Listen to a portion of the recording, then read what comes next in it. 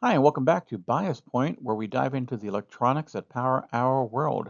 In today's episode, we're jumping into a fundamental topic in analog electronics, transistor biasing. Now, if you've ever wondered how transistors actually work in real circuits, or why just connecting a battery isn't enough, this is the episode for you. So, biasing a transistor is like setting the stage for a great performance. You get it wrong, and the whole circuit fails to deliver. Get it right, and the transistor becomes a reliable amplifier or switch. So let's start with the basics. What is a transistor? What is transistor biasing? And why does it matter? Transistor biasing. All right, let's talk about what biasing actually means. Imagine you're trying to sing into a microphone, but your mic only works when you speak in a very specific pitch, too low or too high, and it cuts out or gets distorted. And that's kind of what's happening with a transistor when it's not biased properly. Biasing is about setting the correct DC operating point, also called the Q point or the quiescent point, excuse me. And the transistor is ready to amplify your signal smoothly, but without it, the signal can get chopped off or saturated. This means we lose the clean amplification that we're after. So we do this by creating a biasing network, usually with a few well-placed resistors, often in a voltage divider configuration. And the goal is to apply just the right amount of voltage and current so the transistor sits comfortably in its active region, not off, not maxed out, but ready to respond linearly to the input. Um, so remember, the key point is like the sweet spot for a transistor's performance. You get it wrong, and your amplifier becomes a switch. You get it right, and that's where the magic happens. Okay, exploring the cue point with real values. So now that we know what a cue point is, let's dive into how it's actually determined in a circuit. So imagine if we're working with a classic NPN transistor like the 2N2222A or alpha, and we're feeding it different base currents, 200 microamps, 300 microamps, 400 microamps. And here's the key, the transistor's DC current gain, or beta, is assumed to be 100. That means if you feed it 200 microamps at the base, the collector current will be 20 milliamps. At 300 microamps, you're going to have 30 milliamps and so on. Just a simple multiplication. But the key point isn't just about current, it's also about the voltage across the collector to emitter junction, which is VCE. So that voltage tells us whether the transistor is comfortably amplifying or heading toward a cutoff or saturation. And the goal is to find VCE at each base current and plot it. That gives us the collector characteristic curve, and that curve helps us visualize how the transistor behaves under different input conditions. So picture the circuit, a 10K resistor feeding the base, a 220 ohm resistor at the collector, a 10 volt power supply, all of this working together to help us dial in that perfect cue point. And it's like tuning again a musical instrument. Slight changes in input create big shifts in the output tone. Visualizing the DC load line. Okay, so let's bring it all together. When we talk about setting the key point, we're really talking about finding that perfect balance. And that's where the DC load line comes in. So imagine a graph. On the x-axis, we've got the collector emitter voltage, V sub CE, and on the y-axis, the collector current, which is I sub C. Now draw a straight line from where VCE is 10 volts and IC is 0, all the way to where IC hits its max and VCE is 0, and that's your load line. So it shows all the possible combinations of VCE and I sub C for given collector resistor and supply voltages. Then overlay the characteristic curves, one for each base current, the 200, 300, 400 microamps, and each of these curves shows how the transistor responds to that specific base input. So the points where those curves intersect the load line, those are Q points. So you have Q1, Q2, Q3 here. And they're operating points for each condition. And here's kind of like the cool part. That load line doesn't move unless you change the circuit, but the Q point does. So depending on the base current, as a designer, you pick your base current to set the Q point right in the middle, not too close to cutoff, not too close to saturation, just right for linear amplification, right? The Goldilocks zone. So think of it like cruise control for your transistor. The DC load line sets the rules, and the cue point is where your system chooses to cruise. Understanding the load line region. So let's lock in everything we just saw visually by breaking down what the DC load line really means. So the DC load line is a straight line on the transistor's characteristic graph. It's drawn from the point where collector current is at its max. That's saturation on the y-axis, all the way to where the collector emitter voltage is at its max. And that's cutoff on the x-axis. This line doesn't depend on the transistor itself. It's defined entirely by the external components, your power supply and resistors. Now, the sweet spot, the key point is where one of the transistor curves intersects this line, and that intersection tells us how the transistor will behave for a given base current. And here's the golden rule. We want to keep our transistor operating in the linear region. That's the zone between cutoff and saturation along that load line. And why do we want to do this? Because only in this region will the output voltage smoothly follow the input. In other words, you have no distortion, you'll have no clipping, and so forth. So in short, the DC load line gives us the boundaries, the transistor curves gives us the options, and the cue point is where we place our bet for a clean, reliable amplification of our signal. Transistor in linear operations. So what happens when we set the cue point just right? We get linear operation, and that's the holy grail for analog amplification. Let's take a closer look.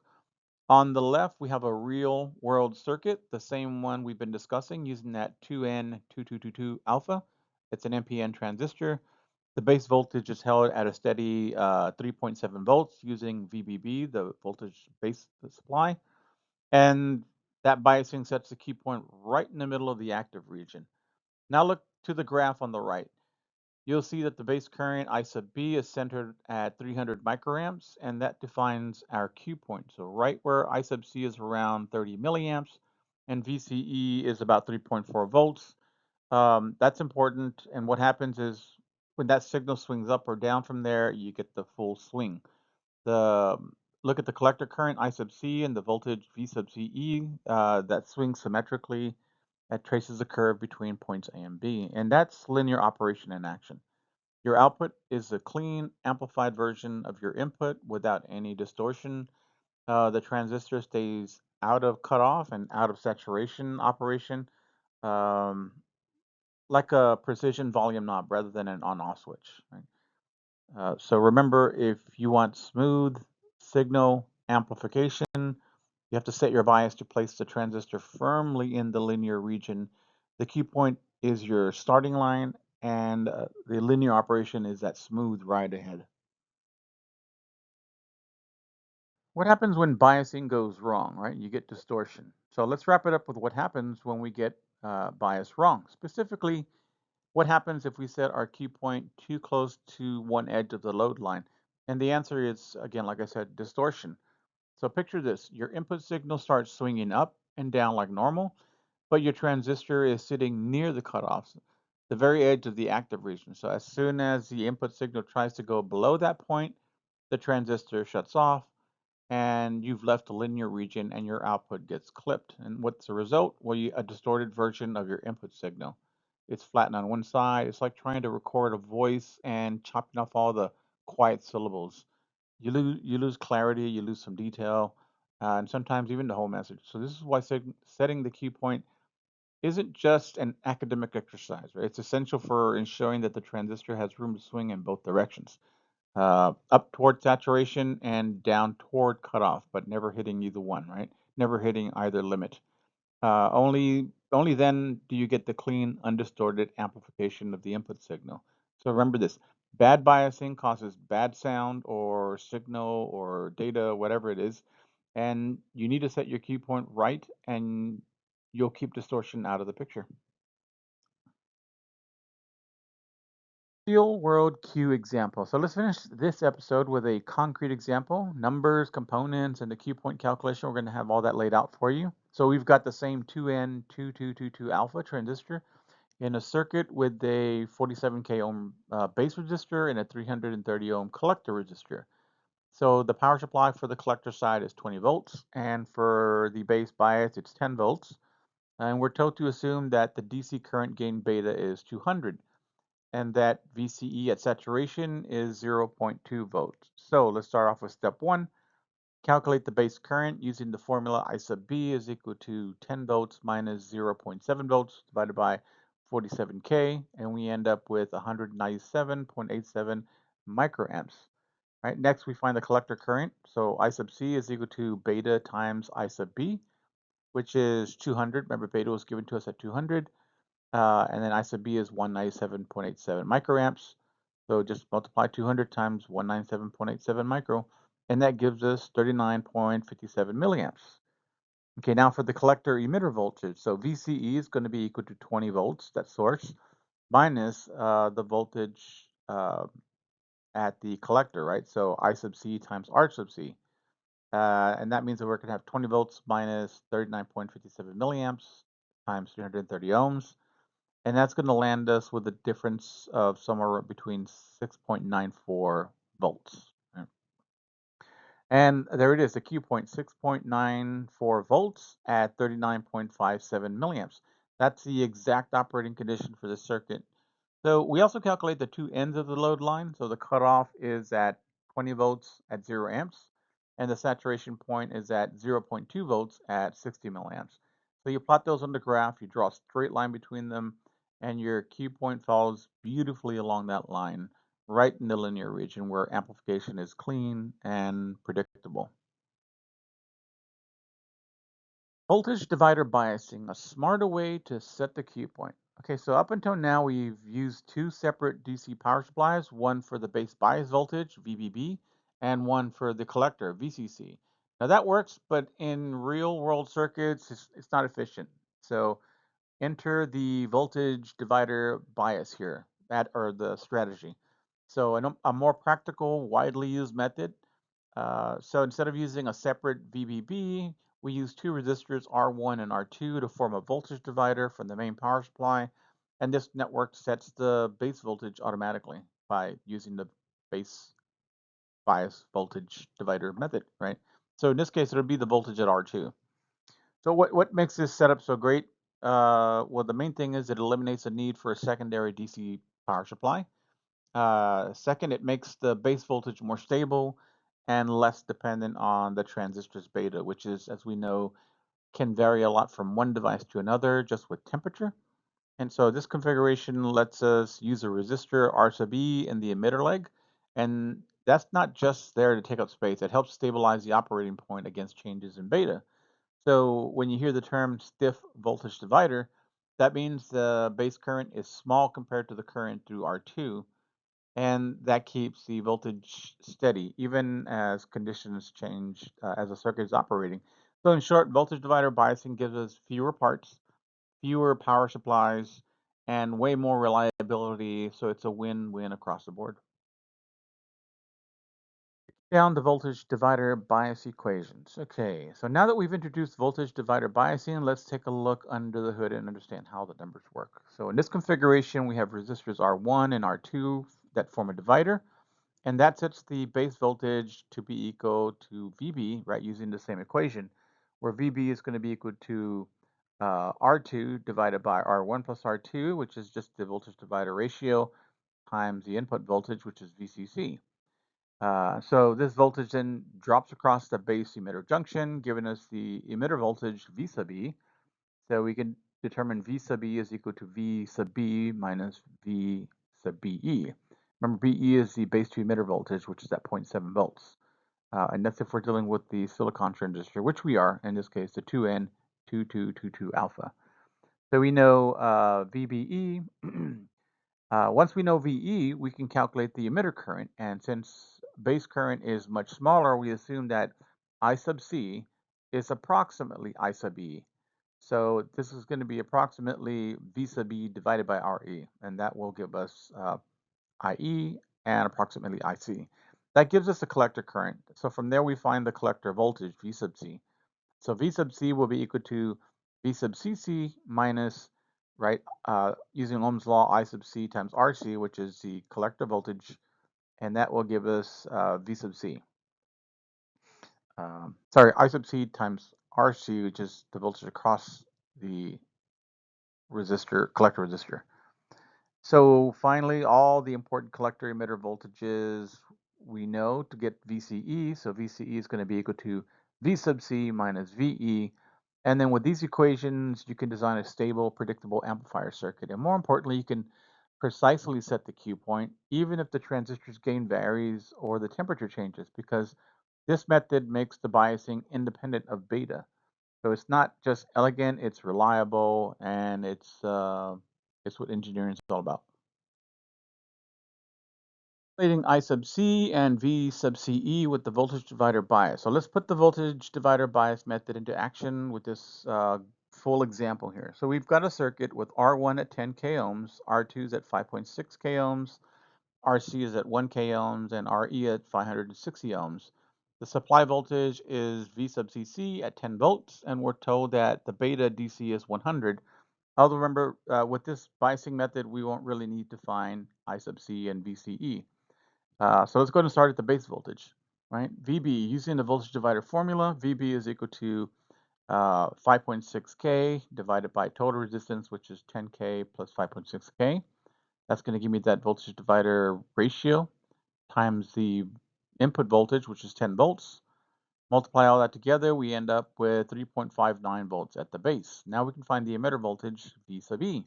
V sub E, if you use KVL, is equal to V sub B minus V sub BE. So 3.59 minus 0.7 volts, because this is a silicon transistor. And VE, we get 2.89 volts. Okay, now we know VE. Let's go ahead and find the emitter current, which is nearly equal to collector current in this particular setup. So remember, I sub C is equal to I sub E. It's approximately I sub E. So that means we can substitute the formula V sub E divided by R sub E. So the voltage across the emitter resistor divided by the emitter resistor, which is Ohm's law. That gives us 2.89 volts divided by 560 ohms. And we end up with 5.16 milliamps as the emitter current. And we say this is approximately the collector current. So now we can solve for VC, which is equal to VCC minus I sub C times RC. So 10 volts minus that 5.16 milliamps at 1K, that'll give us 4.84 volts. And finally, the all-important VCE, voltage from collector to emitter, that's going to be equal to the voltage at the collector minus the voltage at the emitter, the difference. So we have 4.84 volts minus 2.89 volts, and that'll give us a voltage collector to emitter of 1.95 volts. So this Q point 1.95 volts across the collector emitter with the 5.16 milliamp collector current is well within the active region. So that means the transistor is operating linearly and ready to amplify. Voltage divider biasing made the math straightforward, and more importantly, it gave us stable values that wouldn't shift much if the beta DC weren't exactly at 100. Comparing emitter bias and base bias. So as we close out our tour of transistor biasing techniques, let's compare two final methods, the emitter bias and base bias. So first up, the emitter bias. This method uses both the positive supply, VCC, and a negative supply, V sub EE. And it might seem like overkill, but the payoff is excellent stability, even if the transistor's beta changes or the temperature drifts. A large emitter resistor, R sub E, plays a key role here because it helps keep the operating point consistent, even again if the transistor's beta changes. Now contrast that with the base bias. The simplest biasing method, it's also the most fragile. It uses only a single resistor to feed the base and relies heavily on the transistor's beta, right? Beta DC.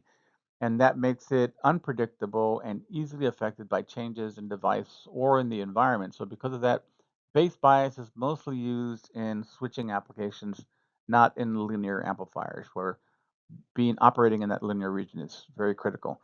So let's go ahead and summarize this. If you want to simplify all of this for, let's say, an on-off control, base bias will be fine.